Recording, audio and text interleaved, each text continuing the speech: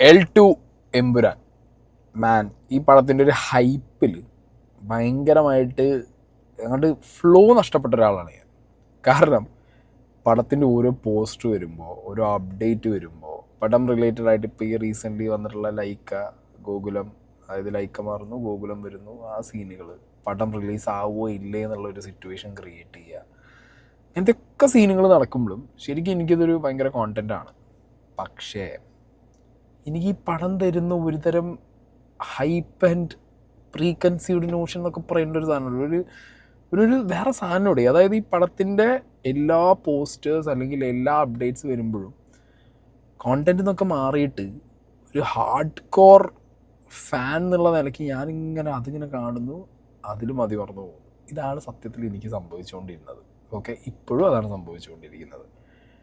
Why this എന്ന് ചോദിച്ചു കഴിഞ്ഞാൽ, ഈ ഒരു വീഡിയോ എന്തിനാന്ന് ചോദിച്ചു കഴിഞ്ഞാൽ, പൃഥ്വിരാജ് സുകുമാരൻ, ഞാൻ എൻ്റെ എല്ലാ കോണ്ടൻറ്റുകൾ സിനിമ റിലേറ്റഡ് ആയിട്ട് സംസാരിക്കുമ്പോഴും ഫേവറേറ്റ് ആക്ടർ എന്നുള്ള സാധനത്തിന് നമ്മൾ ഏറ്റവും കൂടുതൽ പറയുന്നതാണ് പൃഥ്വിരാജ് സുകുമാരൻ. ഓക്കെ, ഞാൻ ഈ ഒരു പൃഥ്വിരാജ് സുകുമാരനും നമ്മുടെ സൂപ്പർ സ്റ്റാർ രജനീകാന്തും കൂടി നിൽക്കുന്നത് കണ്ടപ്പോൾ മാൻ, എൻ്റെ ഫ്രെയിം ഫുള്ളായി. ഓക്കെ, ഞാനൊരു ഹാർഡ് കോർ രജനീകാന്ത് ഫാനാണ്. ഒപ്പം പൃഥ്വിരാജ് സുകുമാരൻ, വാവ്, ഇനി എന്ത് വേണം എന്നുള്ളൊരവസ്ഥയാണ് എനിക്ക് തന്നത്. അപ്പം ഇപ്പം എന്താ വിഷയം എന്ന് വെച്ച് കഴിഞ്ഞാൽ, ഞാൻ ഭരദ്വാജ് രംഗൻ്റെ interview, okay, L2E Empuraan, okay, അതിൻ്റെ ഒരു കോൺവെർസേഷൻ പാർട്ട് 1 പാർട്ട് 2 വന്നിട്ടുണ്ടായിരുന്നു. ഇതെന്താണെങ്കിലും അങ്ങോട്ട് പറയാമെന്ന് വിചാരിച്ചു. ഫൈൻ, ഞാൻ അല്ലാതെ പിന്നെ ഇതിനകത്തിരുന്നൊരു പോസ്റ്റ്മോർട്ടം അല്ലെങ്കിൽ എന്തായിരിക്കും വരാൻ സിനിമയിൽ നമ്മൾ കാണാൻ പോകുന്നത് എന്നുള്ള എൻ്റെ പ്രഡിക്ഷൻസ്, അല്ലെങ്കിൽ ഇതിനകത്തുള്ള കുറേ എന്താ പറയുക ഹിന്നർ ഹൈഡ് ചെയ്ത് വെച്ചിട്ടുള്ള സാധനങ്ങൾ കണ്ട് അതൊന്നും ലൈക്ക് ഒക്കെ ഒരുപാട് പേര് ചെയ്തിട്ട് അത് ഞാൻ ഇരുന്ന് കാണുന്നുണ്ട്. ഫൈൻ, ഇന്ന് വന്ന നമ്മുടെ ഐമാക്സ് പോസ്റ്ററിനടുത്ത് എക്കകത്ത് ഇലുമിനാറ്റിൻ്റെ കണ്ണിരിക്കുന്ന ഒരുപാട് കുറേ സാധനങ്ങൾ സ്പോട്ട് ചെയ്യാനാണെങ്കിൽ കണ്ടവാനും കോൺസ്പിറസീസും സ്പോട്ടിങ്ങും ഒക്കെ ഇതിനകത്ത് ചെയ്യാൻ പറ്റുന്നൊരു സാധനമാണ് എമ്പുരാൻ. ബിക്കോസ് അതാണ് അതിൻ്റെ സക്സസ്. കാരണം മലയാളികൾക്കിപ്പോൾ ഒരു ഫോറിൻ മൂവി എടുത്ത് വെച്ച് ചെയ്യുന്നതിനേക്കാൾ കൂടുതൽ എമ്പുരാൻ എടുത്ത് വെച്ച് കഴിഞ്ഞാൽ ചിലപ്പോൾ ഇനി എമ്പുരാൻ 3 വരുമ്പോഴത്തേക്ക് എമ്പുരാനും ലൂസിഫറും എടുത്ത് വെച്ച് ചെയ്യാൻ പറ്റും. ഇതുവരെ ലൂസിഫർ എടുത്ത് വെച്ചാൽ ചെയ്തത്. ലൂസിഫർ എടുത്ത് വെച്ചിട്ട് ഭയങ്കരമായിട്ട് ഓരോന്ന് കണക്ട് ചെയ്ത് നമുക്കിങ്ങനെ നോക്കിക്കഴിഞ്ഞാൽ ഒരു സിനിമ, പക്ഷേ അതിനകത്ത് ഇന്നറായിട്ട് കുറേ സാധനങ്ങൾ കിടക്കുന്നുണ്ട്. ഇനിയിപ്പോൾ ഇലുമിനാറ്റി ഫാക്ടർ ആണെന്നുണ്ടെങ്കിലും, അതിൻ്റെ കഥയ്ക്കകത്ത് വെക്കുന്ന ആ ഒരു ഫാക്ടറാണെങ്കിൽ, ഓരോ ക്യാരക്ടറിനുള്ള ഡെപ്ത് ആണെങ്കിലും ഒക്കെ അങ്ങനെ പണി വെച്ചിട്ടുണ്ട് പൃഥ്വിരാജും മുരളി ഗോപി ഈ സാധനം. അപ്പോൾ എമ്പുരാന് അതിൻ്റേതായുള്ള എന്തുണ്ട് ഹൈപ്പ് ഇതിൽ നിന്ന് തന്നെ കിട്ടിയിട്ടുണ്ട്. ഓക്കെ, അപ്പോൾ എന്താണെങ്കിലും ഇതിൽ കുറേ കാര്യങ്ങൾ സംസാരിക്കുന്നുണ്ട് പൃഥ്വിരാജ്. നമുക്ക് നോക്കാം എങ്ങനെയാണ് ഈ സിനിമ ബിൽഡായത്, അല്ലെങ്കിൽ ഇവരുടെ ബോണ്ട് എന്താണ്, ഇനിയുള്ള സിനിമ ഇപ്പോൾ ഈ എമ്പുരാൻ ഇറങ്ങുമ്പോൾ നമുക്ക് മേ ബി എക്സ്പെക്റ്റ് ചെയ്യാൻ പറ്റുന്ന കാര്യം എന്താണെന്നുള്ളതൊക്കെ ഇതിനെ വെച്ച് നമുക്കൊന്ന് നോക്കി നോക്കാം. All those people who told me, including my very close circles, when I announced Lucifer, asked me, "Are you sure about this? It's like going to take away at least 8 months from your acting career." And I was doing quite well as an actor. Thankfully, I'm okay even now. So people thought, you take away so much of time. I'm going to interrupt you there. You're not okay. You had Adu Jeevitham and Guruvayur Abbaranadayil. Thankfully. Yeah. So, that's being very modest, I'm saying.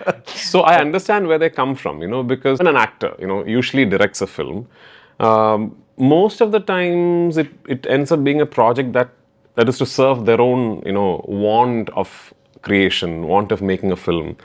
And the safer thing for me to do would have been to do a very indulgent, small, artsy film where I just wanted to explore myself as a filmmaker and all that. But I think...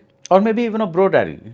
No, Bro Daddy is even tougher if you ask me. The safer thing would have been to do make a film and say, this is for the festival circuits and all that, so that I'm not putting it out there for judgment, with the public eye. But I think I chose the toughest thing to do because... while announcing Lucifer, there were no two ways about it. I'm making the film just for one thing, for it to work in the theatres.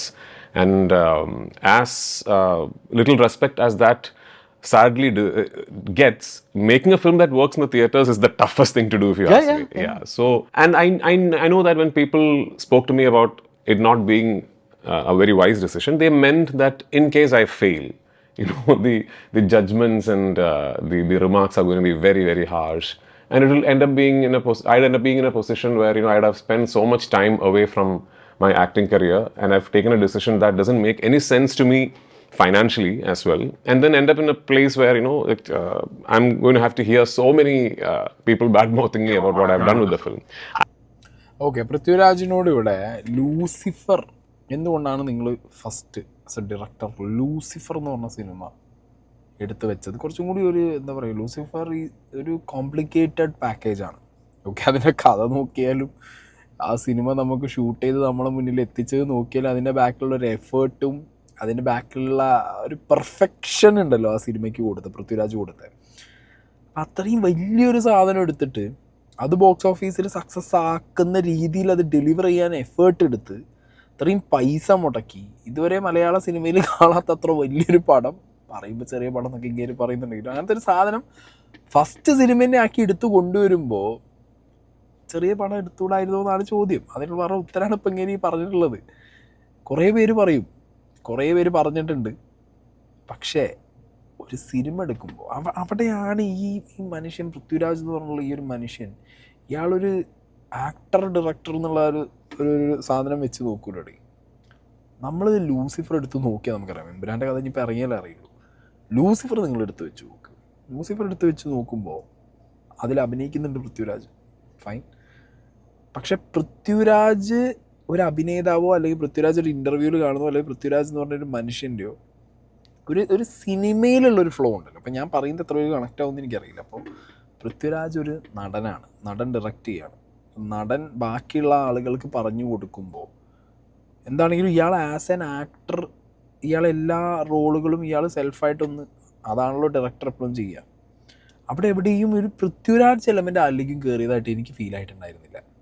Okay, Prithviraj അതേ ആ സിനിമയിൽ അഭിനയിച്ചു, അങ്ങനെ character ചെയ്തു. പക്ഷേ as a director Prithviraj ഇങ്ങനെ എടുത്ത task, ഇങ്ങനെ അതിൻ്റെ ബാക്കിലിട്ട എഫേർട്ട്, അതിൽ ഇൻവെസ്റ്റ് ചെയ്ത ടൈം, അത് പഠിക്കാനെടുത്ത ആ ഒരു സമയം, എന്നിട്ട് ചെയ്ത വർക്ക്, അത് സക്സസ്ഫുള്ളാക്കി കാണിച്ചത്.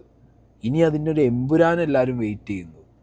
ഞാൻ പറയുമ്പോൾ ഞാൻ സീരിയസ്ലി ടെല്ലിങ്, മലയാളത്തിൽ പല ഇപ്പോൾ ഉള്ള മുൻനിര ഡയറക്ടർമാരുടെ സിനിമകളുടെ ഒരു സെക്കൻഡ് പാർട്ടോ അല്ലെങ്കിൽ ഒരു സിനിമ എടുക്കാൻ പോകുമ്പോൾ ഉള്ളൊരു എക്സൈറ്റ്മെൻറ്റ്, അതായത് അവരൊരു ഡയറക്ടറാണ്, പ്രോപ്പർ ഡയറക്ടർ, അവരുടെ ഇതാണ്, ഡയറക്ടറാണ് അവർ. Prithviraj for us is a actor.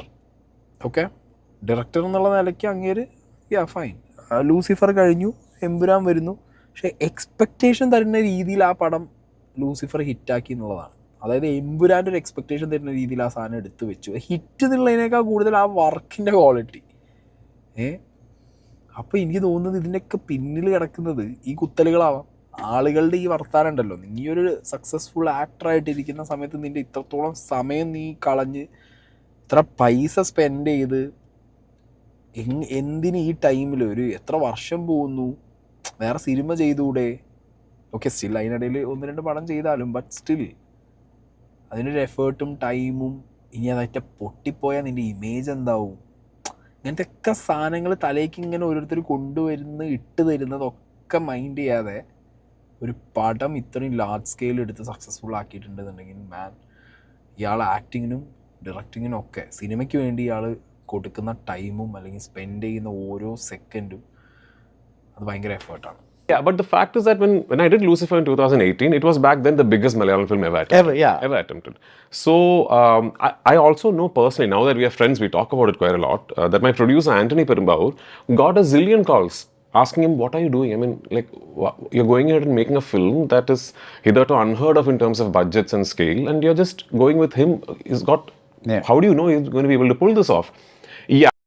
There were conversations in the industry about how maybe Prithviraj is also a filmmaker, he's got that thought process in him working, but that's not good enough to be trusting someone with a 30 crore film back in 2018. You know? But I also thought that conviction from Mr. Anthony Perumbavoor and Mr. Mohanlal, that actually was a fuel for me. You know, through the making of Lucifer, I haven't had one single moment where I was doubted by my producer or by my lead actor. Whatever I wanted, whatever I thought I should be doing, it was always, if that's what you want to do, by all means. I remember I was supposed to shoot the tail end of Lucifer in a private charter terminal in Dubai, near Jebel Ali. It's beautiful. It's got like these about 100 plus private charter aircrafts and these amazing top of the line private jets parked there, all belonging to oligarchs and all that. So it's amazingly cool to look at. And I had obtained permission to shoot there. And unfortunately, last moment, the script got rejected by the Dubai Film Commission because I don't know the reason. They said was it deals with the narcotics mafia and all that. I don't know. So last moment, I had to look at an option. And we had already announced the release date. So it was a friend of mine who suggested St. Petersburg. He said, there's a Russia and all that, and he had a friend in the consulate there. So I just told Mr. Mohanlal and Mr. Antony Perumbavoor, I'm leaving to Russia. I'll go there, and in 48 hours, I'll give you a call. If the call is come, just get on a flight and come. This is actually what happened. And Mr. M.A. Baby, he's a politician in Kerala. He actually helped us to obtain the visas on an emergency basis. So I got my visa in like 24 hours and Lal sir and the rest of the team got it in like 48 hours. And I just left to Russia. And Antony Perumbavoor just gave me a credit card saying, whatever you need. And I went there in 2 days, I sort of set up the shoot and I called Mohanlal sir and said, sir, just get on the next flight and come to Russia. That's the kind of trust that they had on me, which is priceless for a filmmaker. And I'll forever be thankful for that. And that's exactly the kind of trust that Antony Perumbavoor and Mohanlal had in me for this film also. അതാണ് ഈ സിനിമയുടെ എമ്പുരാൻ അല്ലെങ്കിൽ Lucifer എന്നുള്ളതിൻ്റെ മുകളിൽ പൃഥ്വിരാജിൻ്റെ ഒരു വിശ്വാസം അല്ലെങ്കിൽ അത് നമ്മൾ കണ്ടതാണ് കോൺഫിഡൻസ്. നമ്മളൊരു പോസ്റ്റ് കണ്ടതാണ് ഹെലികോപ്റ്ററിൽ ഉപയോഗിച്ചിട്ട്. ഇത് സെയിം ആ ഒരു ലൂസിഫർ നടന്ന സമയത്തുള്ള സിമിലർ ഒരു സാധനമാണ് പൃഥ്വിരാജ് പറയുന്നത്. മേ ബി എമ്പുരാൻ ഇറങ്ങി കഴിഞ്ഞതിന് ശേഷം ഈ ഹെലികോപ്റ്ററിൻ്റെ കഥയൊക്കെ നമുക്ക് കൂടുതൽ കേൾക്കേണ്ട ഒരു സിറ്റുവേഷൻ നമുക്ക് എന്താണെങ്കിലും വരട്ടെ. കാരണം സക്സസ് ആയി കഴിഞ്ഞാൽ ഇതേപോലെ ഇൻ്റർവ്യൂവിൽ അതിനെക്കുറിച്ച് പറയുമായിരിക്കും. അതായത് ഒരു ബ്ലൈൻഡ് ട്രസ്റ്റാണ് മോഹൻലാലിനാണെങ്കിലും ബാക്കി പ്രൊഡക്ഷനിൽ ആരാണെങ്കിലും. ഇപ്പോൾ ആൻ്റണി പെരുമ്പാവൂർ എന്തായാലും ട്രസ്റ്റ് ചെയ്തേ പറ്റൂ. ബാക്കി ടീംസ് മൊത്തം പൃഥ്വിരാജിനെ ട്രസ്റ്റ് ചെയ്യണം. ഓക്കെ, അവർക്ക് ആ ബ്ലൈൻഡ് ട്രസ്റ്റാണ്. അതിൻ്റെ മുകളിൽ കണക്ക് പറച്ചിലൊന്നും ഇല്ല എന്നുള്ളതാണ് ഇപ്പോൾ ഇതെന്ന് മനസ്സിലായത്. ക്രെഡിറ്റ് കാർഡും കൊടുത്ത് റഷ്യയിൽ പോയിക്കോ, ഓക്കെ, ഇവിടെ വേണ്ട, ഇവിടെ ഷൂട്ടിങ് റിജക്റ്റ് ചെയ്തോ അല്ലെങ്കിൽ നിങ്ങൾക്ക് പെർമിഷൻ കിട്ടിയില്ല, അടുത്ത് വിട്ടോ, റഷ്യ പോയി അങ്ങനത്തെ എന്താ പറയുക, പൈസയുടെ ഒരു ഇത് നോക്കാതെ ആ ക്രാഫ്റ്റിന് എത്രത്തോളം ഇമ്പോർട്ടൻ്റ് ആണ് പൃഥ്വിരാജ്. അത് പൃഥ്വിരാജിൻ്റെ മുകളിലുള്ള ധൈര്യമാണ് മോഹൻലാലിനാണെങ്കിലും ആൻ്റണി പെരുമ്പാവൂരിനാണെന്നുണ്ടെങ്കിൽ. കാരണം ഒന്നും കൂടുതൽ ഒന്നും ആക്കില്ല അല്ലെങ്കിൽ ഒന്നും കുറയുമില്ല. കറക്റ്റ് മീറ്ററിൽ എന്താണോ സിനിമയ്ക്ക് ആവശ്യം അത് കൃത്യമായി ചെയ്യാൻ ആവശ്യമുള്ള കാര്യങ്ങൾ ചെയ്യാൻ കപ്പാസിറ്റി ഉള്ള ഒരു ഡയറക്ടറിന്, അതാണ് അവിടെ ഡയറക്ടറിനുമുള്ള വിശ്വാസം. പൃഥ്വിരാജ് എന്നുള്ള ഡയറക്ടറിനെ അവർ വിശ്വസിക്കുന്നത്. ലൂസിഫർ നടന്ന സമയത്ത് നിങ്ങൾ ആലോചിച്ച് നോക്കി, ഇങ്ങനെ ബ്ലൈൻഡായിട്ട് ഇൻഡസ്ട്രിയിൽ നിന്ന് എല്ലാവരും പറയുകയാണ് പൃഥ്വിരാജ് അത്യാവശ്യം സിനിമയൊക്കെ എടുക്കാൻ അറിയുമായിരിക്കും അല്ലെങ്കിൽ എടുക്കുമായിരിക്കും, അത്രയേ ഉള്ളൂ. അല്ലാതെ അതിന് മുന്നേ സിനിമ എടുത്ത ശീലം അല്ലെങ്കിൽ അങ്ങനെ കഴിവ് തെളിയിച്ചോ അല്ലെങ്കിൽ ഭയങ്കര സംഭവം അങ്ങനെയൊന്നും ഇല്ലല്ലോ. അവൻ എടുക്കുമായിരിക്കും, ഓക്കെ, അത്രയേ ഉള്ളൂ. അല്ലെങ്കിൽ ചിലർ വിളിച്ചിട്ട് വേണം അണ്ണ എന്നൊക്കെ ചോദിച്ചിട്ടുണ്ടാവും. ചിലപ്പോൾ രണ്ടുപേരോടും, ലാലേട്ടനോടും ചോദിച്ചിട്ടുണ്ടാവും, ആൻ്റണി പെരുമ്പാവൂരിനോടും ചോദിച്ചിട്ടുണ്ടാവും. പക്ഷെ അവരതൊന്നും കേൾക്കാതെ പൃഥ്വിരാജിനെ അങ്ങോട്ട് വിട്ടിരിക്കുകയാണ്. തുടങ്ങിക്കോ, പരിപാടി തുടങ്ങിക്കോ എന്ന് പറഞ്ഞിട്ട്. എന്നിട്ട് ആ ട്രസ്റ്റിൻ്റെ മുകളിൽ വന്ന എൻഡ് റിസൾട്ടാണ് ലൂസിഫർ നമ്മൾ കണ്ടത്. സെയിം സാധനം തന്നെയാണ് എമ്പുരാൻ്റെ മുകളിലും കിടക്കുന്നത്. അപ്പം ക്വാളിറ്റിയിലൊരു കോംപ്രമൈസ് ഒരിക്കലും പ്രതീക്ഷിക്കണ്ട. But I think the primary reason it worked is because at a superficial level, as a popcorn entertainer, it worked. Okay. Yeah, it worked at that level, and that was the packaging around the whole subterranean layers and the deeper, messaging in the film and all that. So, which is why I keep saying that I'm a big fan of filmmakers like Manmohan Desai, I.V. Shashi, Shaji Kailas, and Joshi sir, all that, because they get that first layer correct. Yeah. It's like the coating around a medicine. Why is medicine coated in a capsule? Because the medicine itself might not go down very easily. So it's that skill. So I think Murali as a writer really lended his expertise in packaging the film in a right way. ഇവിടെയുള്ള ഓരോ cinema എടുക്കുന്നവർക്കും ഈ idea വേണം. Okay, ഓരോ ഡയറക്ടർക്കും ഈ idea വേണം, ഓരോ റൈറ്റർക്കും ഈ idea വേണം. അതായത് ഒരു first day first show, okay, അല്ലെങ്കിൽ ഫസ്റ്റ് ഡേ ഇനീഷ്യൽ ഒരു സിനിമേൻ്റെ ഇനീഷ്യൽ, അതിപ്പോൾ ഭയങ്കര ഒരു ഫെസ്റ്റിവൽ ടൈമിൽ ഇറക്കുന്ന ഒരു ഹ്യൂജ് എൻ്റർടൈൻമെൻറ്റ് ബേസ്ഡ് പടമാണ്, അല്ലെങ്കിൽ ഒരു ഭയങ്കര കൊമേഴ്ഷ്യലി സക്സസ് ആവാൻ വേണ്ടി ഇറക്കുന്ന പടമാണ് എന്നുണ്ടെങ്കിൽ, നിങ്ങൾക്ക് ബോക്സ് ഓഫീസിൽ നിന്ന് പൈസ കിട്ടണം, പടം ഓടണം, അല്ലെങ്കിൽ പടം സക്സസ്ഫുൾ ആവണം എന്നുണ്ടെങ്കിൽ ഫസ്റ്റ് ഡേ ഫസ്റ്റ് ഷോയിൽ വരുന്ന ആളുകൾ, അല്ലെങ്കിൽ ആദ്യത്തെ ഒരു ദിവസം 2 ദിവസം ആളുകൾക്ക് എന്ത് വേണം, അല്ലെങ്കിൽ ഈ സിനിമ കൊണ്ട് ആളുകൾ എൻ്റർടൈൻഡ് ആവും, അത് ഏത് രീതിയിലും ആവാം. ഓക്കെ, അടി, പാട്ട്, ഇമോഷൻ, ഈ എൻ്റർടൈൻമെൻറ്റിന് പല തലങ്ങളാണല്ലോ. പക്ഷെ അതാക്കാൻ പറ്റണം, അത് തിരിച്ചറിയുക എന്നുള്ളതാണ് ഫസ്റ്റ് ഒരു സിനിമയുടെ സക്സസ് വന്നിരിക്കുന്നത്. അതിൻ്റെ മേക്കേഴ്സിന് കൃത്യമായിട്ട് അറിയണം, അത് ഈ മനുഷ്യനെ അറിയാം, കൃത്യമായിട്ട് അതറിയാം. അപ്പം അത് അറിഞ്ഞ് വെക്കുന്ന കുറേ കളികളുണ്ട്. അത് നിങ്ങളിതിൻ്റെ ഈ സിനിമയുടെ ഒന്നും വേണ്ട, സിനിമ ഇറങ്ങണ്ട, ഇതിൻ്റെ പോസ്റ്റേഴ്സ്, ഇതിൻ്റെ ടീസർ, ഇതൊക്കെ ടീസറിലൊക്കെ പല ഷോർട്സും എനിക്ക് തോന്നുന്നു സിനിമയിൽ ഇല്ലാത്ത ഷോർട്സൊക്കെ ടീസറിന് വേണ്ടി എടുത്തിട്ടുണ്ടെന്നൊക്കെയാണ് കേൾക്കുന്നത്. അങ്ങനെയൊക്കെയാണെന്നുണ്ടെങ്കിൽ ഹീ ബ്ലഡി വെൽ നോസ്. അങ്ങനെ അറിയുന്നൊരു മനുഷ്യൻ ലൂസിഫർ എടുത്തു. എമ്പുരാനിലേക്ക് വരുമ്പോൾ ഇപ്പോൾ ലൂസിഫറിൻ്റെ എക്സ്പെക്റ്റേഷൻ, നമ്മൾ ആഗ്രഹിക്കുന്നൊരു ടേസ്റ്റും എന്താണെന്നുള്ളത് കൃത്യമായിട്ട് പൃഥ്വിരാജിന് അറിയും, മുരളി ഗോപിക്ക് അറിയും. അതറിയുന്ന ഒരാൾ നമുക്ക് എമ്പുരാനിൽ എന്ത് ട്രീറ്റാണ് വെക്കണമെന്ന് ആലോചിക്കുമ്പോൾ തന്നെ രോമണിച്ചിക്കണേ. None of my films have had a lookbook. Okay. I don't do previs. None of my films have had a reference log.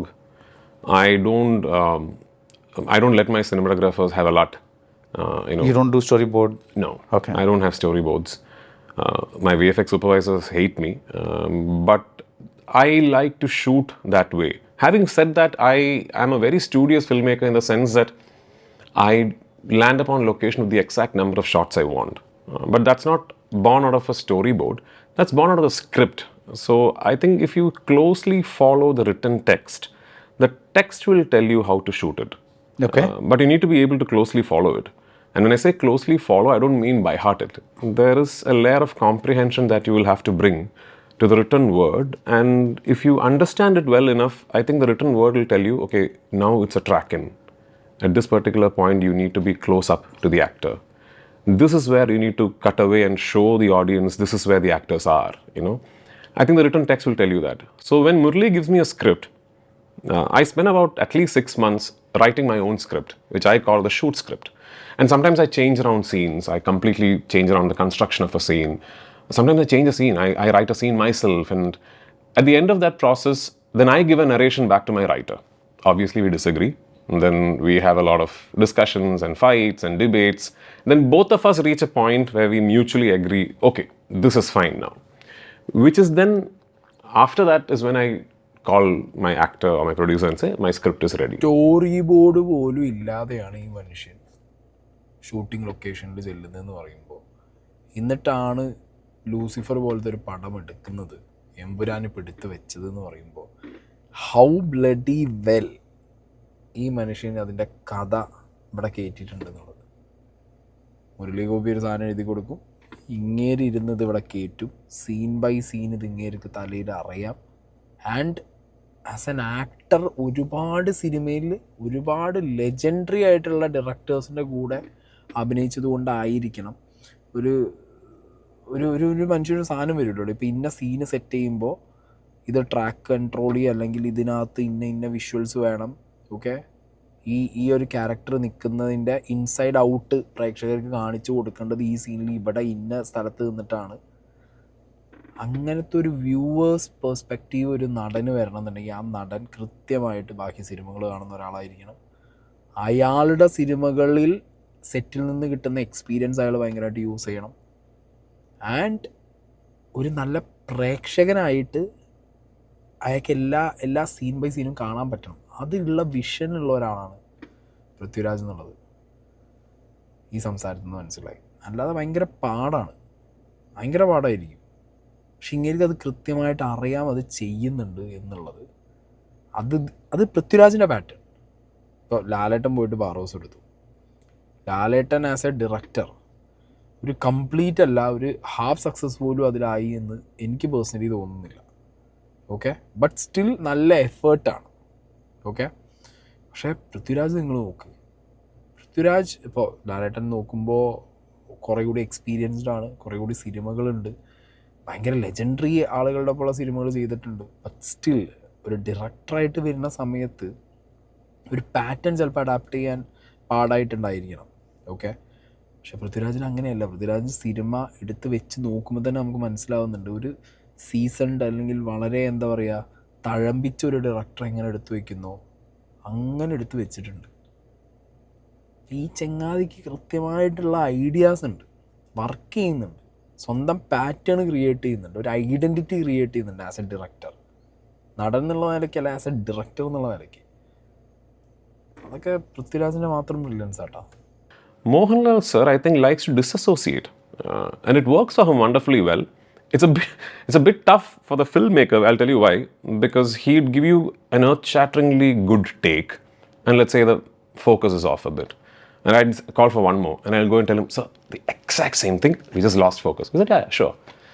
He'll give you something completely different, and I'm like, sir, not this. What you did in the previous take. Oh, the previous take. Okay. No, something different. I'm like, sir, what you did for the first take. He's like, really? What did I do? I said, sir, do you want to come and watch the monitor? He'll come. He'll watch the monitor. I'm like, oh, right, okay. He'll go. No, it's another thing. It's different.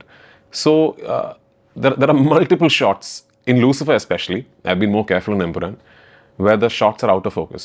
So a lot of my cinematographer friends, after watching Lucifer, they've called me and said, well, so many shots are out of focus. Well, I know. Because I've kept it because that's the best performance, you know. So Mohanlal sir is like that. Mohanlal എന്ന് പറഞ്ഞ നടനെ കുറിച്ച് ആരും പറയാത്തൊരു സാധനമായിരിക്കും ഇപ്പോൾ പൃഥ്വിരാജ് അഴിച്ചു വിട്ടത്. പലരും പറഞ്ഞു കേട്ടിട്ടുണ്ട് മോഹൻലാൽ എന്ന് പറഞ്ഞ നടൻ ഓൺ ആൻഡ് ഓഫ് ആണ്. ഇപ്പോൾ ഒരു ക്യാരക്ടർ ചെയ്ത് ഇങ്ങനെ ക്യാമറേൻ്റെ മുന്നിൽ നിൽക്കുമ്പോൾ ആ ക്യാരക്ടറാണ്, പിന്നെ പെട്ടെന്ന് വേറെ എവിടെയെങ്കിലും പോയിട്ട് എന്തെങ്കിലുമൊക്കെ ചെയ്തുകൊണ്ടിരിക്കുകയാവും, തിരിച്ചു വിളിക്കുമ്പോൾ ടക്ക് എന്ന് പറഞ്ഞ് വന്നിട്ട് പിന്നെ ആ ക്യാരക്ടറായി മാറിയിട്ട് അഭിനയിച്ചിട്ട് പോകുന്നുണ്ട്. ഒരു പരകായ പ്രവേശമൊക്കെ പെട്ടെന്നാണ് ലാലേട്ടൻ നടക്കുന്നത്. പക്ഷെ ഒരു ഡയറക്ടറുടെ വ്യൂ പോയിന്റിൽ നിന്ന് ലാലേട്ടൻ്റെ ഈ ഒരു സാധനം ഒരു സിറ്റുവേഷൻ ചെയ്യാൻ കൊടുക്കുന്നു. ഡയറക്ടർ ആ സിറ്റുവേഷൻ അടിപൊളിയായിട്ട് ലാലേട്ടൻ ചെയ്തു എന്നുള്ളത് സ്ക്രീനിൽ കാണുന്നു. പക്ഷെ ഫോക്കസ് ഔട്ടായിട്ടുള്ള ഒരു സീനാണത്. അത് എങ്ങനെ എടുത്തു വെക്കും എന്നുള്ളത് ആലോചിച്ചിട്ട് ഒന്നും കൂടി നമുക്കൊന്ന് അടിപൊളിയാക്കാം, എല്ലാം ഒന്ന് പക്കയാക്കിയിട്ട് രണ്ടാമതൊന്ന് ചെയ്യാമെന്ന് പറഞ്ഞ് രണ്ടാമത് ചെയ്യിപ്പിക്കുമ്പോൾ വേറൊരു സാധനം തരും, അതും അടിപൊളിയായിരിക്കും. പിന്നെ ചെയ്യിക്കുമ്പോൾ പിന്നെ ഒരു സാധനം തരും, അതും അടിപൊളിയായിരിക്കും. ഒരേ സാധനം ഒരു നടനെ കൊണ്ട് 10 വട്ടം കാണിച്ചു കൊടുത്ത് ചെയ്യിച്ചാലും അയാൾ 10 സാധനം ഡെലിവർ ചെയ്യും. ഓക്കെ, അങ്ങനത്തെ ഒരു പാറ്റേൺ ലാലേട്ടനുണ്ട് എന്നുള്ളത് അത് ഞാൻ ആദ്യമായിട്ട് ഇപ്പോൾ പൃഥ്വിരാജ് പറയുമ്പോഴാണ് മനസ്സിലാവുന്നത്. ഓക്കെ, വിവേക് ഒബ്രോയ് വേറെ ഉൾട്ടയാണ്. വിവേക് ഒബ്രോയിനോട് ഇപ്പോൾ ഒരു സീന് പറഞ്ഞു, ഇന്ന സാധനമാണ് കിട്ടേണ്ടതെന്ന് പറഞ്ഞു, അത് ഡെലിവർ ചെയ്തു. എന്തെങ്കിലും ഒരു കാരണം കൊണ്ട് ആ സീനിൽ എന്തെങ്കിലും കുറവുകളുണ്ടെന്ന് വെച്ച് കഴിഞ്ഞാൽ അടുത്ത ആ സീൻ തന്നെ ഒന്നുകൂടി എടുക്കണം എന്നുണ്ടെങ്കിൽ കൃത്യമായിട്ട് എങ്ങനെയാണോ ആദ്യം ചെയ്ത് അതേപോലെ തന്നെ രണ്ടാമത്തെ സീൻ അത് കോപ്പി പേസ്റ്റ് അടിച്ച പോലെ തന്നെ ചെയ്തു പോകുന്ന പറയുന്നത്. ഓരോ നടന്മാരും ഓരോപോലെയാണ്. ലാലേട്ടൻ ഇത്രയും ലെജൻഡായിട്ടുള്ളൊരു ആക്ടർ ഇങ്ങനെ എന്താ പറയുക, ആക്ച്വലി ലൂസിഫറിൽ അത് പ്ലേസ് ചെയ്തു എന്നും കൂടിയാണ് പൃഥ്വിരാജ് പറയുന്നത്. അതായത് ഒരു സീന് കൊണ്ടുവന്നിട്ട് ഫോക്കസ് ഔട്ടായിരിക്കും, സിനിമാറ്റോഗ്രാഫി ചെയ്യുന്ന ആളുകൾ വിളിച്ച് ചോദിച്ചു എന്നല്ല പറഞ്ഞത്, കുറേ സ്പീഡുണ്ടല്ലോ, ഫോക്കസ് അല്ലല്ലോ, ഫോക്കസ് ഔട്ടാണല്ലോ. ബട്ട് അത് നല്ല പെർഫോമൻസ് അങ്ങേരുത് ലാലേട്ടൻ്റെ. ഓരോ നടന്മാർക്ക് ഓരോ പോലെയാണെന്നുള്ളതാണ്. ലാലേട്ടൻ്റെ ഇങ്ങനത്തെ ഒരു സ്കീം അറിയില്ലായിരുന്നു. Empran is a little different from your run-of-the-mill sequel. Okay. I would maybe want to call it as a follow-up to Lucifer that exists as a stand-alone film, which is essentially a mid-piece of a trilogy. So I think for somebody who's not seen Lucifer, this would still work as a stand-alone film. Yeah, I guess maybe for someone who's not seen Lucifer, maybe when you're in a theater and suddenly the audience claps for one particular line, you might think, why are they clapping for this? Right. That you'll only know if you see part 1. Other than that, I think the film in itself is pretty much a stand-alone film. Empuraan pretty much a stand-alone എന്ന് പറയുമ്പോൾ Abram Qureshi മൊത്തം അതായിരിക്കും തോന്നുന്നുണ്ട്. കാരണം ഇപ്പം ഇങ്ങനെ പറഞ്ഞത് വളരെ ക്ലിയറാണ്. ലൂസിഫർ കാണാത്ത ഒരാൾക്കും ഒരു സ്റ്റാൻഡ്-അലോൺ പോലെ എമ്പുരാൻ കാണാം. ചില പോർഷൻസിൽ ചില ലൈന് പറയുന്ന സമയത്ത് ലൂസിഫറുമായിട്ട് കണക്ട് ചെയ്യുമ്പോൾ ചിലപ്പോൾ ആളുകൾ കൈയടിക്കുമ്പോൾ എന്തോന്ന് പറഞ്ഞ് ചിന്തിക്കാം, അത്രയേ ഉള്ളൂ.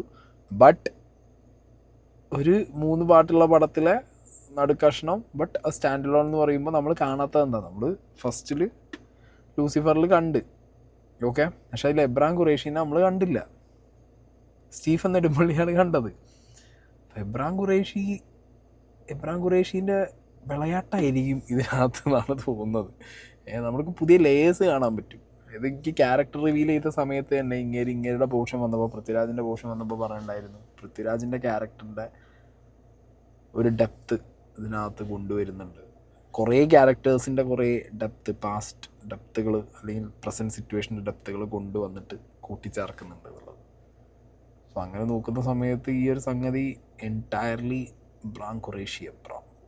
It's a completely different world in the sense you still have Kerala politics. The film and the story is very much set in Kerala, but you also have a storyscape and backdrops that are come very very new as far as Lucifer is concerned in Empuran. നേരത്തെ പറഞ്ഞു വെച്ചതിൻ്റെ ബാക്കി തന്നെ എമ്പുരാനെ വെച്ച് നോക്കുമ്പോൾ പുതിയ കുറേ എലിമെൻറ്റുകൾ, okay, comparing to ലൂസിഫറിനെ വെച്ച് നോക്കുമ്പോൾ എമ്പുരാനിൽ കുറേ പുതിയ എലിമെൻറ്റുകളുണ്ട്. അപ്പം എനിക്ക് തോന്നുന്നത് കംപ്ലീറ്റ്ലി നമ്മൾ കാണാൻ പോകുന്നത് ഖുറേഷി അബ്രാമിൻ്റെ വിളയാട്ടായിരിക്കും. ആൻഡ് പുതിയ പുതിയ ക്യാരക്ടേഴ്സ് പുതിയ കുറേ വരും. ആൻഡ് എമ്പുരാൻ്റെ അകത്ത് ലൂസിഫറിൻ്റേതായിട്ടുള്ള പൊളിറ്റിക്സ്, ലൂസിഫറിൻ്റേതായിട്ടുള്ള ഫാമിലി ഡ്രാമ, ലൂസിഫറിൻ്റേതായിട്ടുള്ള കാര്യങ്ങൾ മേ ബി ലൈക്ക് അതിനേക്കാൾ കൂടുതൽ ഖുറേഷി അബ്രാം ഗ്യാങ്ങും അവരുടെ ഡൂയിങ്സും അവരുടെ പാസ്റ്റും ആ പാസ്റ്റിലൂടെ എങ്ങനെ സ്റ്റീഫൻ നെടുമ്പള്ളി കണക്റ്റായിട്ട് എങ്ങനെ കേരളം ആ സാധനമായിരിക്കും. അത് രസമായിരിക്കും ആ സാധനം. പാടുള്ള പരിപാടിയാണ്. പക്ഷേ ഇങ്ങനെ എടുത്തു വെച്ചതൊക്കെ ഇങ്ങനെ പറയുമ്പോൾ കേൾക്കുമ്പോഴൊക്കെ വേറെ ലെവലായിരിക്കും. The generation of actors that have come after me, I don't think they are so open to be doing a multi-starrer. Like, I don't think they are so okay about, maybe after Bangalore Days or an Amar Akbar Antony, I don't know how many films have come where, multiple actors have shared equal screen time and, made like a buddy comedy or something like that. Maybe, Mahesh's film, again, it's not a film where every actor has equal screen time or anything. It's just the project is very special, so every actor sort of lend themselves to a character. That's the one Mammootty and Mohanlal. And Fahad and Kunjako and Nayanthara and all that. You're right that actors informally get together a lot because I think that the industry is much smaller and maybe most of the actors, because of the geographical convenience, live in and around Cochin. So if there is like, if there is like 2-3 weeks off work and I'm in Cochin, I would definitely be asking, I don't know, like Dulquer and Fahad, hey, where are you guys? So like last week I met Fahad and Nazriya. It's been a while since I met Dulquer. So that happens.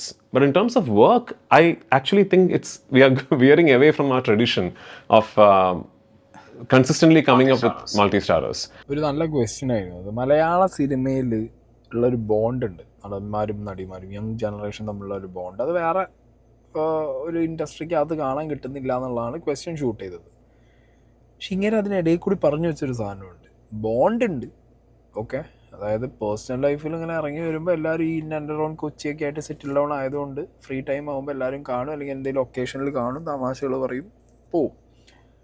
സിനിമയ്ക്ക് അത് contribute ചെയ്യുന്നത് കുറഞ്ഞു തുടങ്ങി. സത്യമാണ്, multi starrer പടങ്ങളുടെ എണ്ണം കുറയുന്നുണ്ട് മലയാളത്തിൽ.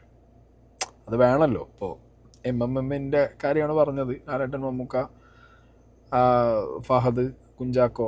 അതല്ലാതെ ഇപ്പോൾ ഒരു ബാംഗ്ലൂർ ഡേയ്സ് കഴിഞ്ഞിട്ടോ അല്ലെങ്കിൽ അമർ അക്ബർ അന്തോണി കഴിഞ്ഞിട്ടോ മൾട്ടി സ്റ്റാറർ സിനിമകളുടെ ഒരു ആസ്പെക്റ്റ് കുറയുന്നുണ്ട്. മേ ബി യങ് ജനറേഷന് താല്പര്യം കുറഞ്ഞതുകൊണ്ടായിരിക്കണം. എല്ലാവർക്കും ഒരു ഇൻഡിവിജ്വൽ സിനിമ ചെയ്ത് അതിൻ്റെ സക്സസ് ഇതൊന്ന് പയ്യന്മാരെ പടങ്ങൾ ഇറങ്ങുന്നുണ്ട്. ഞാൻ പറയുന്നത് എഗെയിൻ ഇപ്പോൾ ഈ പൃഥ്വിരാജ്, ടൊവിനോ, മനസ്സിലായോ, ആസിഫ് അലി, ഫഹദ് ഫാസിൽ, പിന്നെ ജയസൂര്യ, ഇപ്പം ഈ ഒരു ലെയർ ഉണ്ടല്ലോ. ഇപ്പോൾ മമ്മൂക്ക, ലാലേട്ടൻ, ആ ലെയർ കഴിഞ്ഞിട്ടുള്ള ഒരു ലെയറാണ് ഈ ലെയർ. ഇതിനടിയിലായിരിക്കും ഇനി ബാക്കി നസ്ലീൻ അങ്ങനത്തെ ടീമുകളൊക്കെ ഇതിനടിയിലാണ്. അപ്പോൾ ആ ഒരു നടുക്കഷ്ണമുണ്ട് ഇപ്പോൾ മലയാള സിനിമയിൽ. അവർ ഈ പറഞ്ഞ പോലെ മൾട്ടി സ്റ്റാറർ സിനിമകൾ വന്ന് അവർ കുറച്ചും കൂടി വലിയ ബഡ്ജറ്റിൽ ഇവരൊക്കെ വെച്ച് നിങ്ങളൊന്ന് ആലോചിച്ചു ഒരു പടം, അതിനകത്ത് ദുൽഖർ, അതിനകത്ത് പൃഥ്വിരാജ്, ടൊവിനോ, അതിനകത്ത് ആസിഫ് അലി, ഫഹദ് ഫാസിൽ, അതെന്ത് പടമായിരിക്കുന്നത് ആലോചിച്ച് നോക്ക് നിങ്ങൾ. അതൊരു സംഭവമായിരിക്കും അതിനകത്ത്. അപ്പം അങ്ങനത്തെ ഒരു സാധനം വന്നാൽ കൊള്ളാം. പക്ഷെ അതിങ്ങനെ പോയിന്റ് ഔട്ട് ചെയ്ത് പറയാൻ കാണിച്ചു, അങ്ങനെ അത് പറഞ്ഞ് അത് കിടിലൻ. Do they matter to you with a hypothesis? Suppose I have a film where every reviewer from Bharadwaj Rangan to anybody with a mobile phone is called the film fantastic. It's a classic. and it just didn't work in theaters. Okay. And there's another film where you included have completely, sort of said the film is terrible, but it's a super duper hit. Yeah. I'd always pick the second one. Right. Yeah.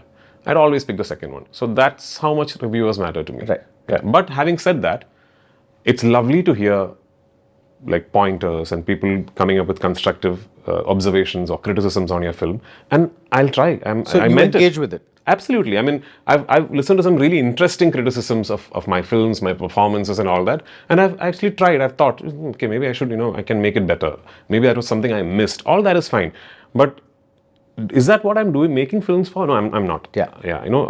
I would rather all my films get bashed by reviewers, but makes 100 crores at the box office. I'd always have that because that's what I'm doing That's cinema what- for. yeah. I'm doing cinema for lakhs and lakhs of people to come to the theaters and watch it. So someone else was asking me, does box office matter? That's the only thing that matters. Box office is the only thing that matters because what are you making cinema for?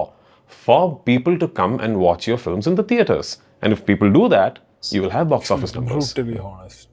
എന്തിനാ cinema ഉണ്ടാക്കുന്നേ? ആളുകൾ വരണം, കാശുണ്ടാക്കണം, box ഓഫീസിൽ hit ആവണം, ലക്ഷക്കണക്കിന് ആളുകൾ കാണണം, കോടിക്കണക്കിന് രൂപ കിട്ടണം. ഞാൻ സിനിമയെ സ്നേഹിക്കുന്നു, എൻ്റെ ഫസ്റ്റ് ലവർ സിനിമയാണ്, എൻ്റെ സിനിമ കണ്ട് എനിക്ക് വേറെ ലവർ ഉള്ളൂ. നോ. അല്ലെങ്കിൽ ഇപ്പോൾ ഏതെങ്കിലും കുറേ റിവ്യൂ വന്നതുകൊണ്ട് എനിക്ക് ആ റിവ്യൂവേഴ്സിനെ അല്ലെങ്കിൽ അവരൊന്ന് കൺവിൻസ് ചെയ്യണം. നോ. എൻ്റെ സിനിമ ബോക്സ് ഓഫീസ് സക്സസ് ആവണം, ലക്ഷക്കണക്കിന് ആളുകളിലേക്ക് എത്തണം, അതിന്ന് കാശ് വരണം. യെസ്, അതിനുള്ള എല്ലാവരും സിനിമ ഉണ്ടാക്കുന്നത്. ബാക്കിയുള്ളവരൊക്കെ ഒരു മുഖം മൂടിയിട്ടിട്ട് എൻ്റെ വർക്ക്, എൻ്റെ ഇത് എന്നൊക്കെ പറയുമ്പോൾ ഈ മനുഷ്യൻ വന്നിരുന്ന് പറയുന്നത് എന്താ? റിവ്യൂവേഴ്സ് മൊത്തം ഇരുന്നിട്ട് ഒരു പടം അടിപൊളിയാന്ന് പറഞ്ഞിട്ട് അത് തിയേറ്ററിൽ പൊട്ടിയാൽ ഓക്കെ, അത് തിരിഞ്ഞു നോക്കൂല. എല്ലാ റിവ്യൂവേഴ്സും കൂടിയും പറയുകയാണ് പടം മോശമാണ്, പക്ഷേ തിയേറ്ററിൽ സക്സസ് ആയാൽ അതെടുക്കും. കാരണം തിയേറ്റർ സക്സസ് നോക്കിയാൽ മതി. അതാണ് theatre success. As A film maker തിയേറ്ററിൽ സക്സസ് ആവണം. അതാണ് തിയേറ്ററിൽ സക്സസ് ആവാൻ വേണ്ടി പടം എടുക്കണം. അതാണെങ്കിലും ഒന്നും പറയാനില്ല മക്കളെ. ഒരു രക്ഷയില്ല. ഇങ്ങനെ ഇൻ്റർവ്യൂ കാണുമ്പോൾ തന്നെ ഞാൻ അഡിക്റ്റാണ് അതിനകത്ത്. ഇനിയിപ്പോൾ 20-ാം തീയതി റിലീസ് ലൂസിഫറിൻ്റെ റിലീസ് ഉണ്ട്, അതിന് പോകണം. ഫസ്റ്റ് ഷോ അതൊന്ന് കാണണം. എന്തൊക്കെ ഒളിപ്പിച്ച് വെച്ചിട്ടുണ്ടാവോ ഇനിയിപ്പോൾ എമ്പുരാൻ്റെ അകത്ത് കണ്ടറിയണം കോശി.